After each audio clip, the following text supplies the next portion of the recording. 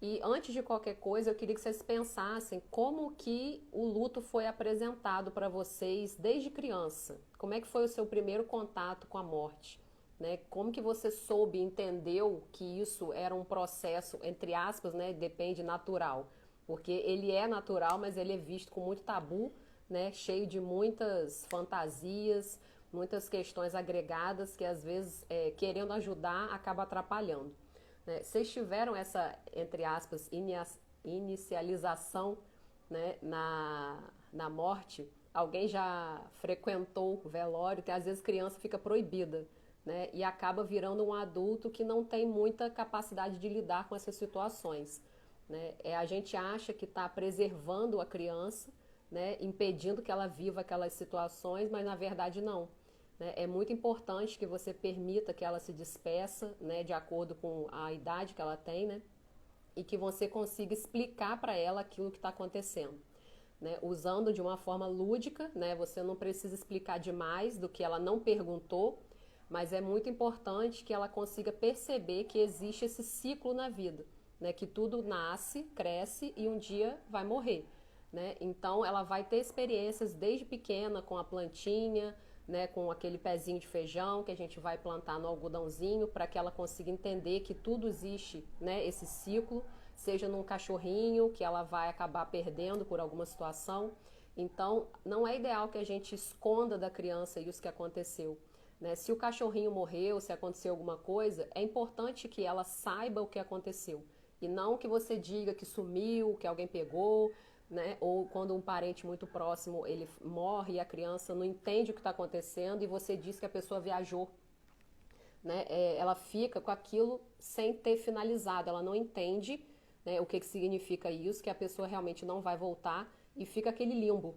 Né? Então acaba gerando traumas, porque se você fala para ela que a pessoa viajou e ela vê que nunca mais a pessoa vai voltar, ela começa a ter medo de sair ou de que alguém saia de casa, que a pessoa não volte mais. Enfim, a gente ao invés de consertar, acaba atrapalhando bastante quando inventa muita história para falar de uma coisa que teoricamente é natural. Né? Todos nós vamos passar por isso. Deixa eu só ver aqui uma coisa, peraí. Ok, peraí, gente. O filme, né, O Rei Leão, ele é ótimo para trabalhar luto com criança, né, para você já conseguir explicar para ele de uma forma lúdica, né, o que que acontece, que depois da morte a pessoa não volta, né, e dependendo da crença que a família tenha, você vai inserindo, né, nessa história que você vai contando, só que tentando ser o mais fiel possível à realidade. E como a gente falou que o nosso tema é luto patológico e é diferente do luto natural, né, a gente primeiro precisa entender o que tem diferença de um para o outro. Né? O processo de luto ele é natural com todos nós e não acontece só quando você perde alguém. Né? O processo de luto é, pois é, o processo de luto ele acontece com qualquer vínculo emocional que eu tenha que vai ser rompido. Então, quando eu termino uma relação, eu entro num processo de luto. Né? Quando eu saio de um emprego que eu fiquei muitos anos, que eu fiquei 15, 20, 30 anos nessa empresa, eu vou vivenciar esse processo de luto. Se eu estou gestante e há um aborto natural, eu vou vivenciar um processo de luto. Né? Então, até mesmo em situações em que são aparentemente ruins, né, um relacionamento abusivo, um casamento que estava sendo muito destrutivo, mesmo assim, quando termina, eu vou vivenciar um processo de luto. Esse luto ele é natural. Quando alguém recebe um diagnóstico que pela medicina é um estado terminal, também vai viver esse processo de luto natural, até ele conseguir metabolizar tudo isso que aconteceu. Né? Isso não tem nada de ruim, nem de patológico, né? Acontece com todos nós.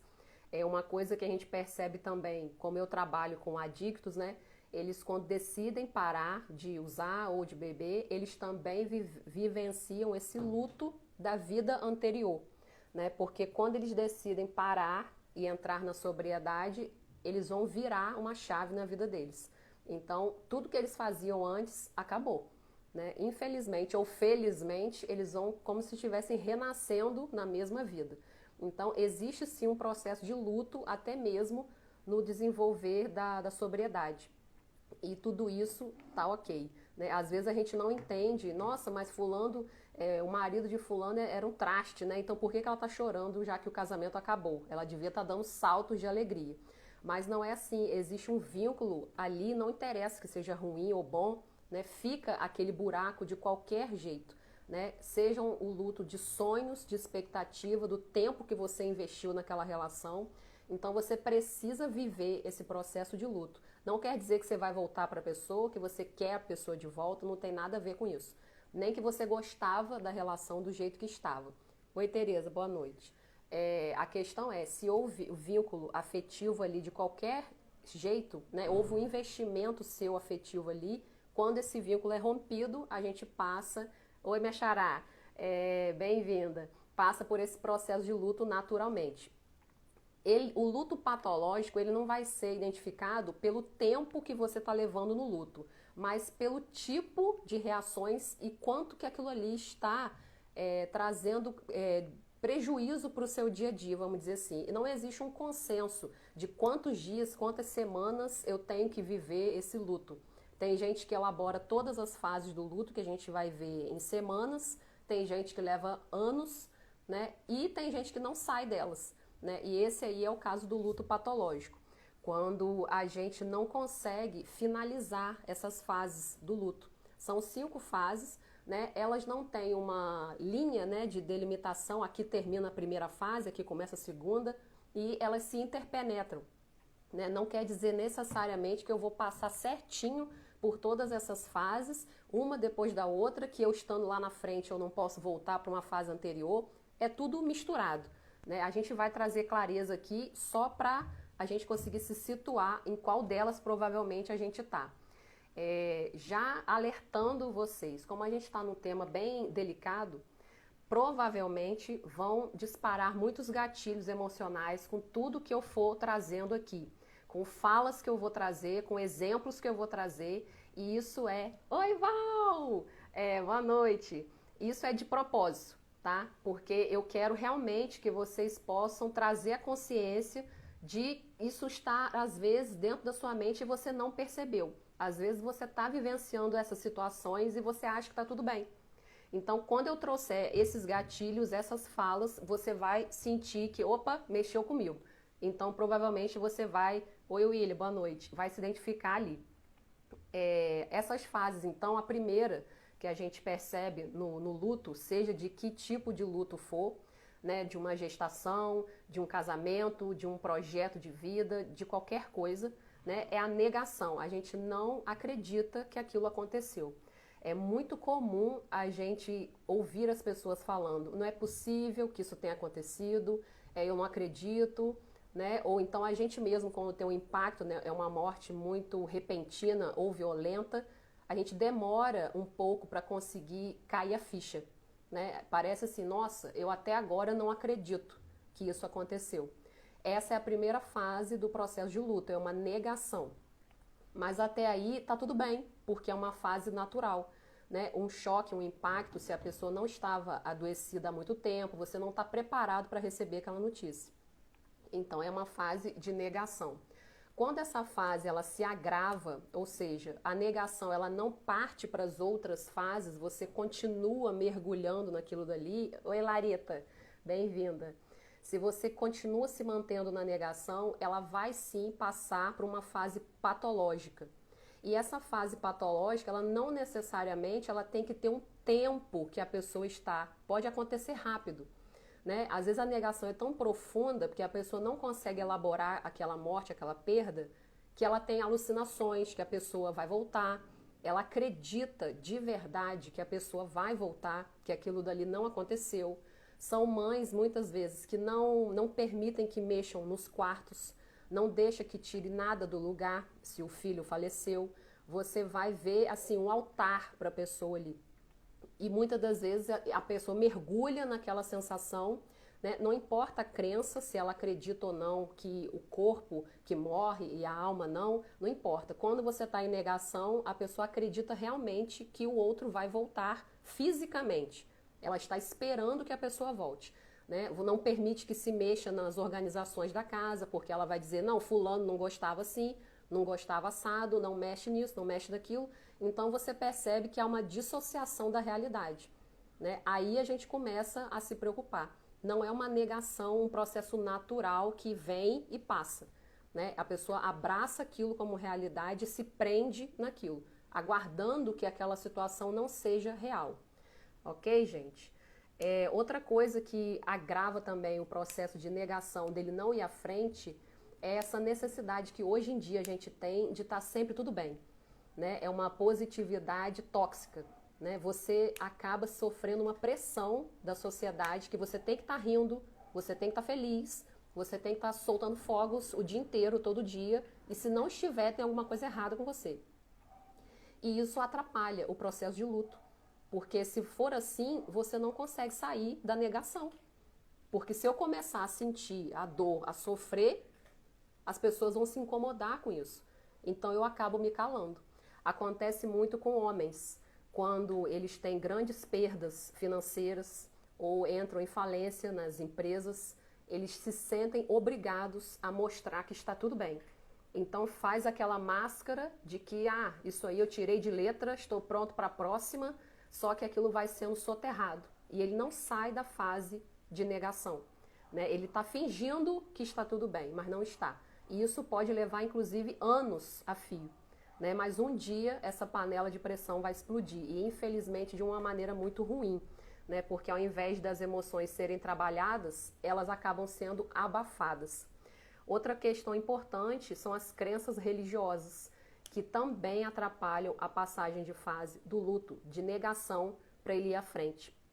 As pessoas acreditam que por você entender ou acreditar que a vida não termina com a morte do corpo, que você não tem direito de sofrer, que você não tem direito de chorar, né, de se desesperar, de sentir dor, que porque você tem consciência disso, você não precisa passar por essas fases, né, do luto. E é um grande engano, né? É mais uma pressão que as pessoas sentem em colocar essa máscara de que está tudo lindo, está tudo bem. E até se sente culpada quando ela não consegue realmente sentir que está tudo ok, né? Então imagina como você fica pressionado por aquilo. Isso quando não acontece a competição pelo sofrimento, né? Quando você vai comentar alguma coisa e a pessoa, ao invés de ou acolher ou pelo menos ficar quieta, ela vai competir com você, né? Uma mulher que está gestante, ela teve um aborto e perdeu, vem comentar com alguém e a pessoa vai falar, mas pelo menos você tem outro filho. Pior eu que não tenho nenhum, né? Ou então, mas pelo menos você conseguiu engravidar, mas eu que nem consigo. Quer dizer, estamos falando sobre quem, né? É sobre a pessoa ou sobre a outra? Oi, Marisa, boa noite. Isso é muito comum de acontecer, né? Não só com o luto, mas com qualquer outra coisa que você vá falar de você. Se a pessoa não está trabalhada também, ela vai espelhar aquilo e vai começar a falar dela, né? Aí começa a invalidação, né? Mas você não fica assim não, né? Você é jovem, logo você vai ter outro filho. Não é disso que se trata, né? Obviamente que ela sabe que ela tem a oportunidade de ter outro filho, mas se ela abafar aquela sensação, ela não anda para frente, nunca, né? Entendidos, pessoal? Na primeira fase? A segunda fase, então, quando a gente consegue passar dessa fase de negação, ou seja, a ficha começa a cair, nós vamos para a fase da raiva, tá? Quando você começa a buscar culpados por aquilo que aconteceu. Você fica com raiva do médico, do enfermeiro, de Deus, das circunstâncias, do acidente, com raiva de você, fica buscando o que você fez, que você não impediu aquilo, como que aquilo podia ser impedido ou não. E nesse momento, dependendo do choque traumático, você tem um divisor de águas aí na questão da espiritualidade com muitas pessoas. A gente percebe em grandes traumas de luto que não foram elaborados, muitas pessoas depois disso se dizem ateias, né? Não acredito mais em Deus porque... Oi, Laurinha. Porque Deus não fez do jeito que eu achava que devia, né? Então a gente diz que a vida é injusta, que não é possível, né? Que por que isso aconteceu comigo, por que não aconteceu com os outros, que fulano é assim, é assado. Então são questões que vão vir à tona de revolta. E às vezes essa revolta está direcionada com alguma divindade, com aquilo que a pessoa acredita que governe a vida dela. Então, nesse momento, acontece essa cisão, muitas vezes. Né? A pessoa se revolta tanto, fica tão agressiva com aquilo que aconteceu, que ela rompe com a religiosidade nesse momento, nessa segunda fase do luto. Tá? E acontece muito da gente ver agressividade extrema. Pessoas que recebem a notícia da morte de alguém e quebra tudo dentro de casa, joga tudo para cima, agride outras pessoas. Quer dizer, ele passou muito rápido pela fase de negação, ele já entendeu que aconteceu aquilo, mas ele não aceita. Então ele vai vociferar aquela dor em cima de alguém ou de alguma coisa. Então a gente está na segunda fase do luto quando isso acontece.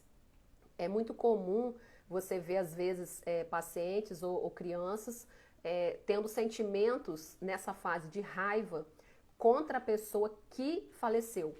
Quando você vai ver os sentimentos que tem para limpar, a pessoa fala: por que você me deixou? Né? Ela tem raiva inconscientemente da pessoa que faleceu, como se ela tivesse feito aquilo de propósito. Né? Por que você me abandonou? Por que você me deixou? Por que você me deixou sozinha ou com os filhos, né? Com as crianças pequenas? Por que você morreu?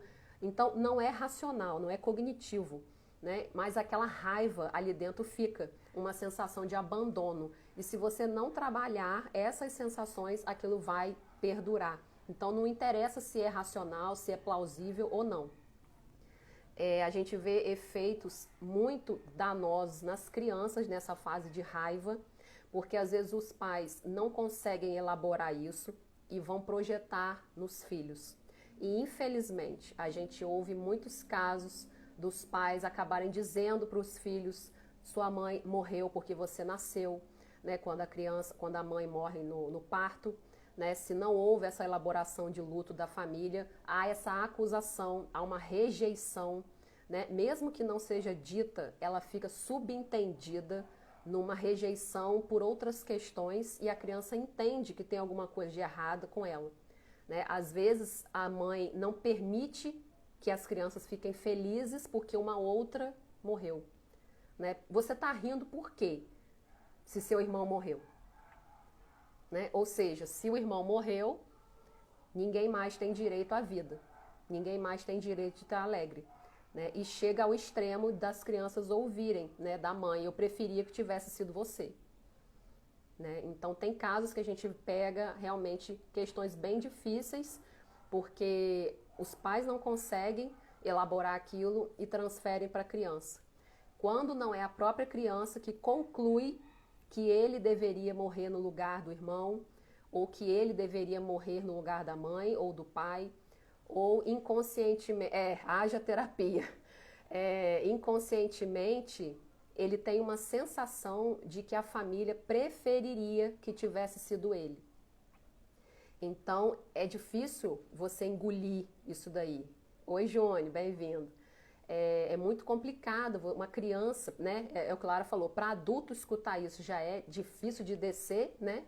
Você imagina uma criança. Né? Então, quando os pais não têm o mínimo de suporte, de equilíbrio emocional, eles transferem isso para os filhos. E às vezes, até adultos, né? Aconteceu aquele luto há muitos anos. E a mãe, ela continua naquele processo de raiva e ela transfere aquilo para a família. Ninguém na família tem direito de se alegrar, de festejar, de comemorar, porque fulano morreu. Né? Então é como se ela enterrasse todos os outros e a si mesma naquela situação ali. Então é muito complicado isso para uma criança, porque ele não tem estrutura emocional para elaborar isso. Né? E aquilo vai gerar traumas absurdos, problemas de relacionamento, de autoestima, de insegurança, de culpas insanas. Ele não sabe nem por que ele carrega um peso tão grande. Né? Muitas das vezes ele sente que ele é culpado pela morte da mãe sem saber por quê. Mas na verdade foi às vezes por conta de um parto difícil, alguma coisa que aconteceu. E obviamente que a criança não tem culpa nenhuma, mas aquilo está imputado nele de uma forma indireta. Né? Então, quando a gente também não consegue se sentir feliz quando vê o outro comemorando, provavelmente você está preso em algumas fases desse luto aí que não foi elaborado. Porque se eu entendo que a todo momento tem pessoas comemorando, pessoas sofrendo, isso é natural. né? Se eu começo a sentir raiva porque o outro está comemorando, porque ele está feliz, isso está espelhando que tem alguma coisa em mim que eu não elaborei ainda e que eu preciso mexer. A terceira fase, então, depois que a gente já passou pela negação, que você já entendeu que o fato aconteceu, você passou pela raiva, pela revolta, né, por questionar Deus, por questionar você, os médicos e tudo que aconteceu, a gente chega na fase da barganha. Ou seja, é como se fosse uma negociação. Você entra num desespero tal que você quer barganhar da forma que for.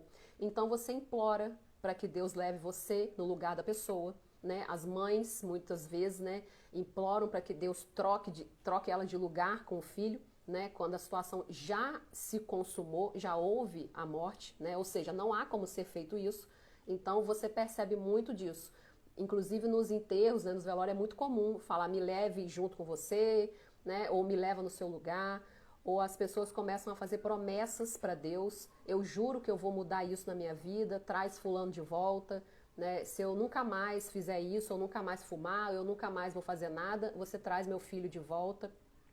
Então é um ápice, né, do desespero, né, tentando fazer com que você mude aquela situação que não tem mais como ser modificada. É...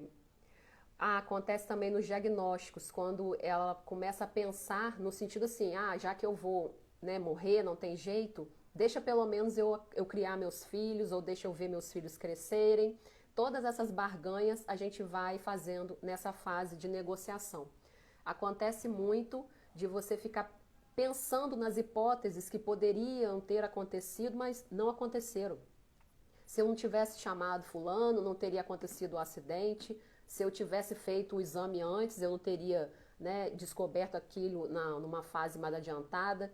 Sendo que esses questionamentos não servem para absolutamente nada, a não ser para uma tortura emocional, já que não há como mudar o que já foi consumado.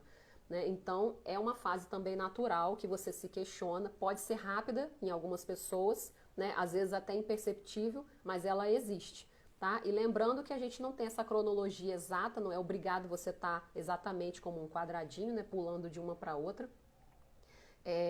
Enfim, você fica nessa fase quando você não acha que é aceitável você perder essa pessoa.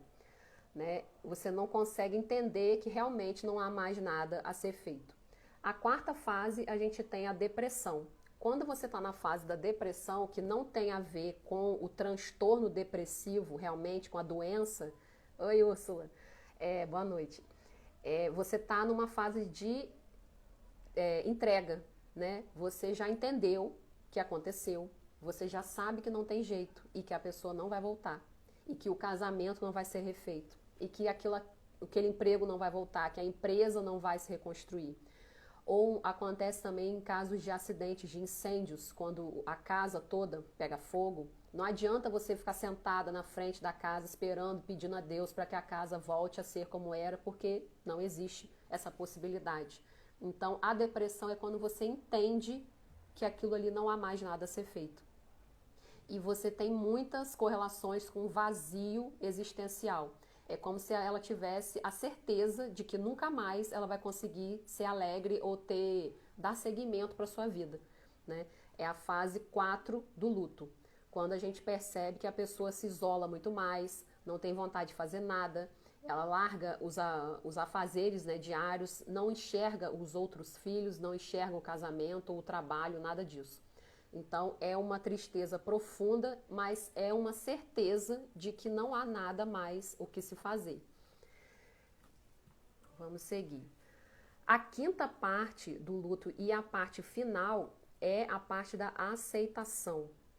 Tá? Quando a gente passa dessa fase da tristeza profunda, que ela precisa sim ser vivenciada, você chega na parte da aceitação.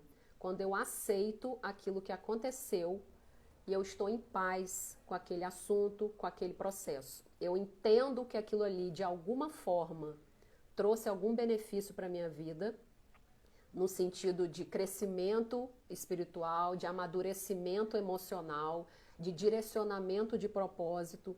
Muitas pessoas conseguem achar um propósito de vida após a morte de um familiar, né? Mães né, criam associações, desenvolvem projetos. Então, muitas das vezes, aquilo dali que aconteceu é um pontapé para que você tenha novos caminhos na sua vida. Então, se você consegue encontrar alguma lição, algum aprendizado no processo todo de perda, você chegou na última fase e você está encerrando o seu processo de luto. Né? Que se eu consigo lembrar da pessoa com alegria, com tranquilidade, se eu consigo lembrar de momentos bons, isso não quer dizer que eu nunca mais vou chorar, nunca mais vou sentir saudade da pessoa, não é nada disso. O que a gente está fazendo aqui é diferenciando o luto natural do luto patológico. Quando eu estou no luto natural, essas fases vão se seguir e eu vou chegar na fase de aceitação e a vida vai transcorrer naturalmente. A pessoa volta às suas atividades, volta a ter alegria, brilho no olho, né, a fazer projetos e tá tudo certo. Quando você mergulha em uma dessas fases e não sai de jeito nenhum, e pelo contrário, aquilo vai piorando cada vez mais, aí sim a gente tem a caracterização desse luto patológico. E agora a gente vai falar de uma coisinha bem complicada, bem delicada. Eu pensei muito se eu ia trazer isso aqui para a live ou não, mas, né, já que a gente está falando de luto, a gente vai falar um pouquinho da programação desse luto, antes dele acontecer. Você consegue perceber se você já estava se preparando ou não antes de acontecer o falecimento de alguém que você ama muito, né? Se a pessoa já ficou muito tempo hospitalizada ou se a pessoa está em coma, né? Alguma situação acamada, se você já conseguia se preparar anteriormente e principalmente se você deu permissão e autorização para essa pessoa ir embora se ela quisesse. E aí, gente, eu queria que vocês falassem aqui para mim, se vocês já conseguiram fazer isso alguma vez. Dar permissão para que a pessoa vá se ela escolher assim. Ou se não, se o apego ainda foi maior do que essa consciência. Sim, né, Jane? Isso é muito libertador. A gente às vezes é osso, né, minha filha? A questão é a seguinte: muita gente acha que libertar o outro é desistir da pessoa. E não é. Quando chega nesse estágio muito grave de adoecimento ou de um acidente muito grave, que a pessoa vai ficar em estado vegetativo ou alguma situação irreversível, já não se trata de você. Isso, pois é. Não se trata mais da gente, se trata do outro. Então, por mais que eu tenha apego àquela pessoa, por mais que eu vá sofrer muito, por mais que a minha vida vá mudar muito, não, o protagonista daquele evento é a pessoa e não eu. Então, o que é importante ali é o bem-estar da pessoa. Pois é, a gente tem que entender que o aceitar que o outro vá, e principalmente é muito importante você chegar para a pessoa e falar que ela está autorizada para ir, se ela quiser. Você não está mandando ela fazer nada, nem você está querendo que aquilo aconteça, não é nada disso. Você só vai dar permissão, você vai respeitar a vontade daquela pessoa. É muito interessante que às vezes, em pacientes mais idosos, pois é, isso é apego, né? É medo de não saber como vai ser e na hora você quer agarrar a pessoa, você não quer deixar que aquela morte se concretize, né? Então gera um sofrimento enorme para você e para outra pessoa, né? Porque é muito importante você sair desse lugar, não é sobre mim, né? É sobre o outro, porque eu vou sair dali, eu vou andar, eu estou enxergando, eu estou caminhando, eu estou comendo sozinha, mas a pessoa não. Então, é muito complicado você querer que alguém fique ali numa situação extremamente dolorosa, porque eu não quero sofrer, né? E às vezes acontece mesmo do paciente se manter naquela situação por muito tempo, porque os familiares não dão autorização emocional para a pessoa partir. Eu faço muito essa. Pois é, acontece exatamente no mesmo dia, às vezes é no mesmo dia. Ele só está esperando a sua permissão, né? Já tive experiências assim com pacientes meus, um paciente que ele não foi a óbito, tá? Eu atendi lá no Rio, no hospital lá no Rio, Hospital Balbino. Ele ia fazer uma cirurgia muito grave e a filha dele, que é minha paciente, queria que eu fosse lá antes da cirurgia porque a gente não sabia o que ia acontecer, né? Se ele ia voltar ou não ia voltar. E aí chegamos lá, conversamos e tal, falei tudo que eu ia fazer com ele, que ia fazer a parte do atendimento e ela estava lá. Chegou uma certa hora que eu tive que pedir para ela sair, né? Aí eu falei, agora eu preciso ficar sozinha, né, com o seu pai. Eu preciso conversar com ele. E aí ela ficou meio assim, né? Aí saiu. E aí quando ela saiu, eu pude perguntar para ele, né? E aí? E ele estava lúcido, normal, um homem muito inteligente, mas já perto, se eu não me engano, dos seus 70 e poucos anos, né? E ele muito lúcido, eu conversei muito com ele e falei, e aí, o que que o senhor vai escolher? Né? Vai voltar da cirurgia ou para o senhor já está bom? Já tá bom até aqui, né? Aí ele pensou e tal, ele, não, eu quero voltar. Aí eu falei, mas voltar por quem? Né? Por quem? Não interessa o porquê, eu tenho que ter por alguém, e esse alguém só pode ser ele, né? Aí ele falou dos filhos, disso, daquilo, eu falei, não, por que você quer voltar? Né? O que você ainda quer fazer por você? Não é pelos filhos, pela esposa, por nada, por você. Ainda tem projeto de vida para ser vivido? Aí ele disse que sim. Eu falei, ok, então tá bom. Né? Então, o que eu fiz ali com ele? Foi trazer a consciência dele que a morte ou não do corpo dele está nas mãos do inconsciente dele. Tá? Isso não tem nada a ver com o que a boca está falando, isso tem a ver com o inconsciente, porque muita gente diz que quer ficar bom, que quer sobreviver e não volta do centro cirúrgico.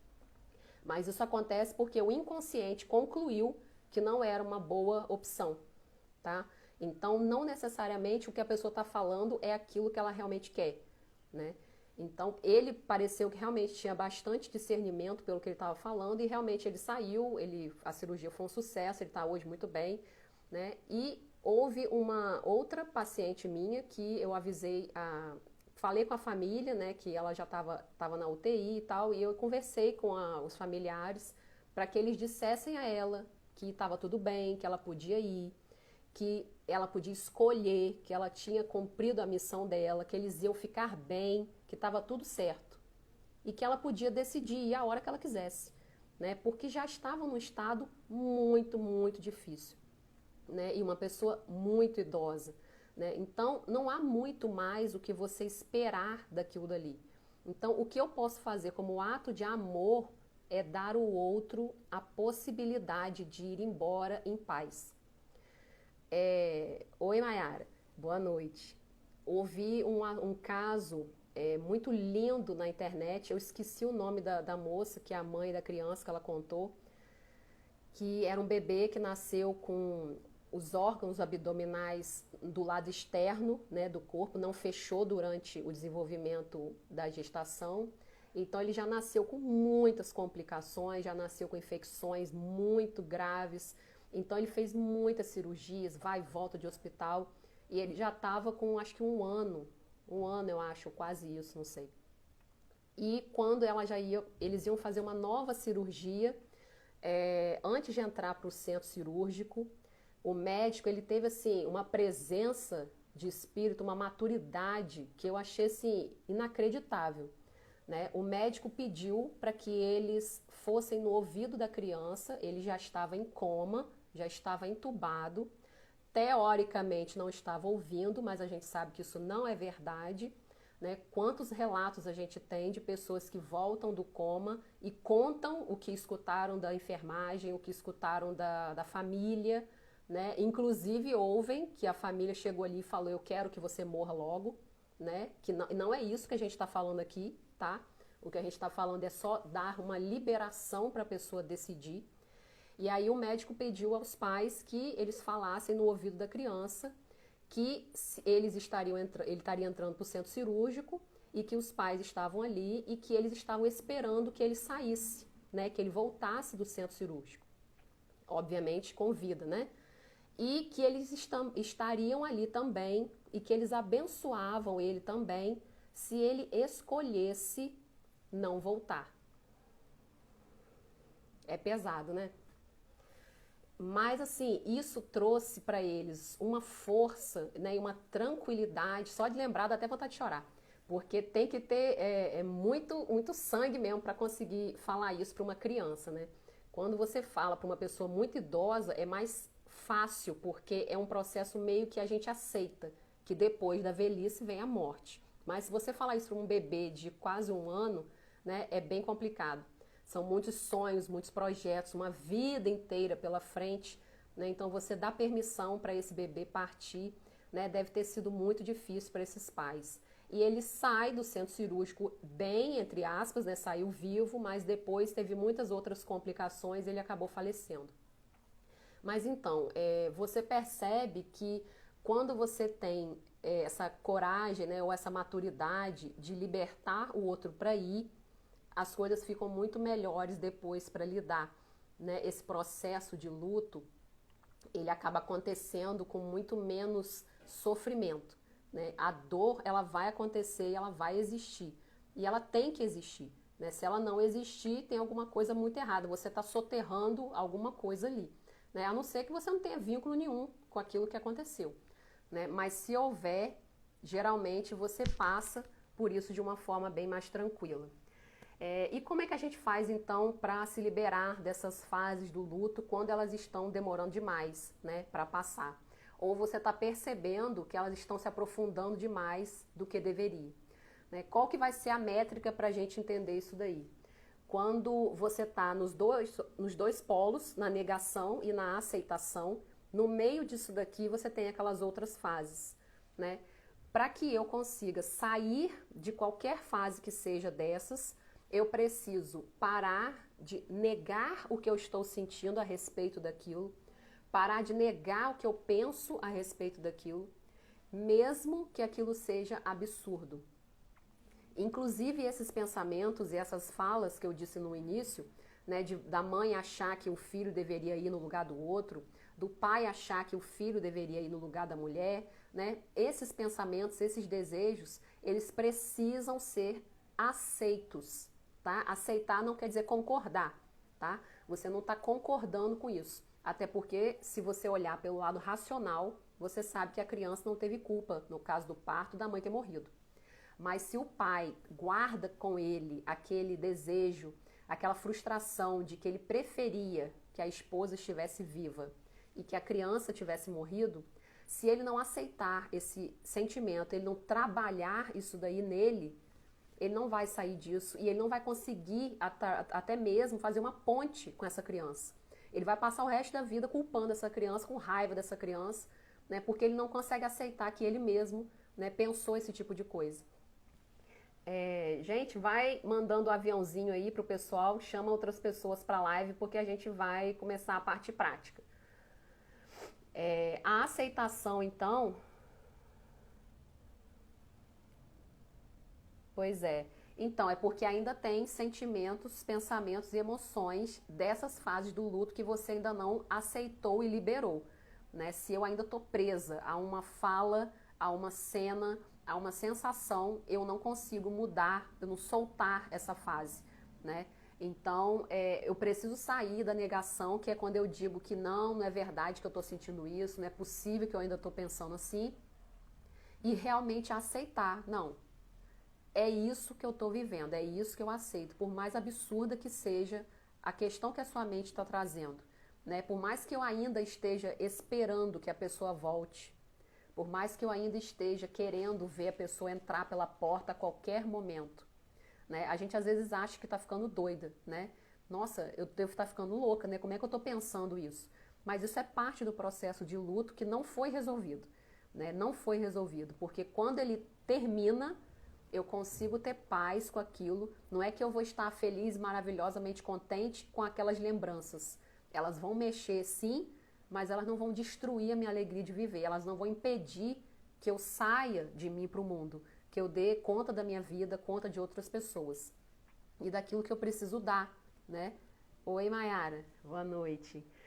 Eu queria agora que vocês, quem está com papel e caneta aí na mão, que vocês pesquisassem na sua mente, né, e pesquisassem no seu corpo principalmente, de tudo isso que a gente falou aqui, dessas fases todas do luto, desses sentimentos de negação, de não aceitação, de culpa, de raiva, de desejo de se vingar de Deus, de reclamar dessa situação que aconteceu, desejo de voltar no tempo, né? Raiva por alguma coisa de que aconteceu. O que que disso daí está preso ainda na sua cabeça? O que que ainda te impede de passar para uma fase mais à frente, né? E se libertar definitivamente desse luto? Né? O que está faltando soltar? O que que realmente... Oi, Mayara, boa noite. O que que realmente eu não consigo engolir de tudo isso que aconteceu? Né? Então eu queria que vocês pensassem nisso, né? De tudo que a gente falou aqui. E eu queria chamar alguém para a gente trabalhar alguma questão, alguma emoção, alguma coisa, né? Óbvio que não dá para a gente trabalhar aqui na live todos os aspectos, né, do caso de cada um especificamente, mas enquanto eu estiver atendendo alguém, vocês vão fazer junto com a gente as práticas, porque vai sendo limpo e liberado em você do mesmo jeito que está sendo feito na pessoa que eu estiver atendendo, ok? Quem quiser entrar comigo precisa estar com fone, tá? Porque senão fica dando eco, né? A gente ouve 2 vezes a mesma voz e fica muito ruim para a gravação. E precisa ter ciência, né, que essa live está sendo gravada e que ela vai ficar exposta na internet. Depois ela vai para o meu canal do YouTube também. Então, quando você diz que quer entrar, você já está dando o seu consentimento para que a sua imagem, né, a sua história fique aqui com a gente, tá? Então, eu queria saber se tem alguém aí que queira entrar, que queira trabalhar alguma emoção, alguma questão para a gente poder fazer o atendimento. Chama aqui, por favor, no maisinho embaixo, pede para participar da live se você quer trabalhar alguma coisa, porque aí eu vou chamar você. Pode?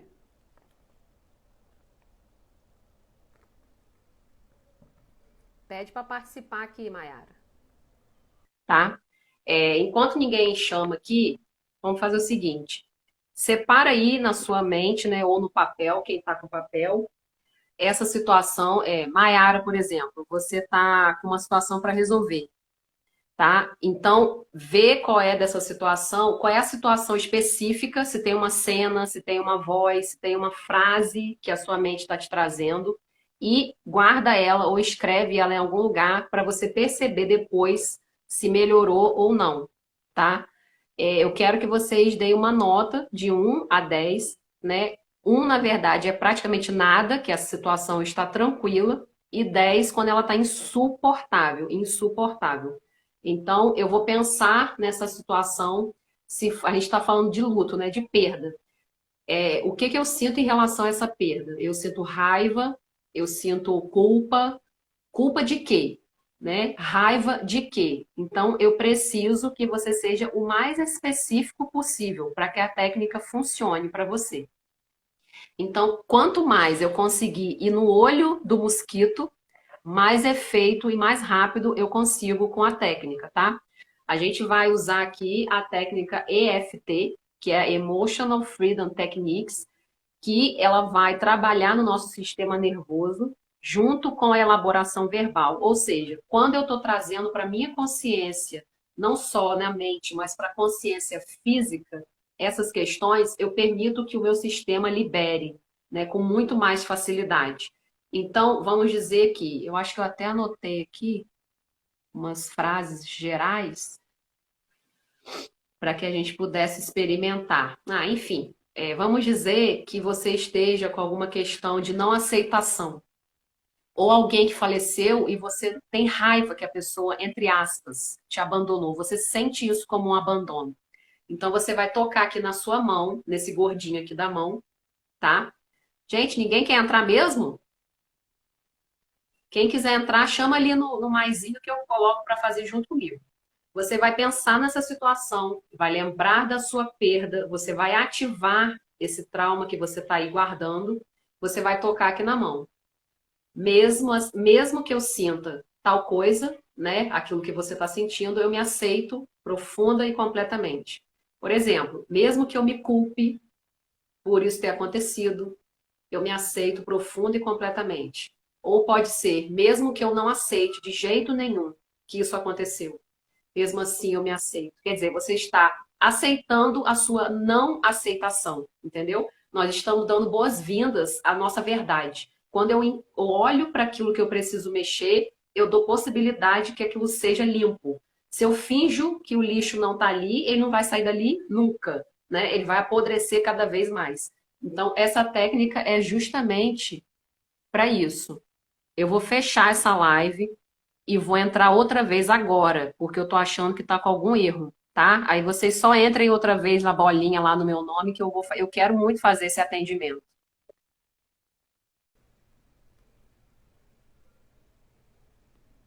Oi, pessoal. A gente cortou a live para poder ver se tira esse bug aqui que tá no Instagram, que não tá deixando entrar a outra pessoa. Bem, pessoal, eu quero só finalizar então o que a gente estava fazendo quando eu cortei a live ali.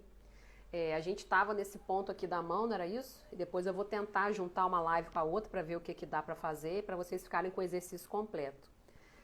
Primeiro você vai escolher qual é a emoção, pensamento, sentimento que está te incomodando, vai dar uma nota a ele de 1 a 10, né? Ver o que realmente está de intensidade, se está no seu corpo em algum lugar, se é aperto no peito, se é um nó na garganta, se é uma pressão na cabeça.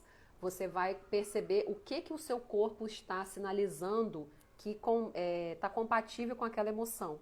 Depois você vai para a mão e vai tocar nesse ponto, que é a programação, e só vai repetir. É uma prática simples, né? Obviamente, quando a gente faz com um profissional, você consegue desdobrar aquilo dali muito mais, mas para você fazer sozinho, dá efeito também. Então, volta para a mão, toca nesse pontinho aqui, nesse fofinho da mão, mesmo que eu sinta tal coisa, que você vai colocar o que você escolheu, eu me aceito profunda e completamente. Mesmo que eu sinta essa sensação ou isso que eu acredite em tal coisa, eu me aceito profunda e completamente. Mesmo que eu sinta tal coisa, eu me aceito profunda e completamente. Repetiu aqui na mão, programou o que você vai trabalhar, toca aqui em cima da cabeça que a gente tem um pontinho. Esses são meridianos da acupuntura, que a gente está estimulando com os dedos, né, e não com agulhas. No início da sobrancelha você tem um pontinho também. E você vai só repetir o seu assunto central. Pode ser ou essa raiva, ou essa culpa, ou essa indignação pelo que aconteceu, né? Ou essa não aceitação, ou essa dor, tá? O que você não pode fazer é misturar um monte de coisa ao mesmo tempo.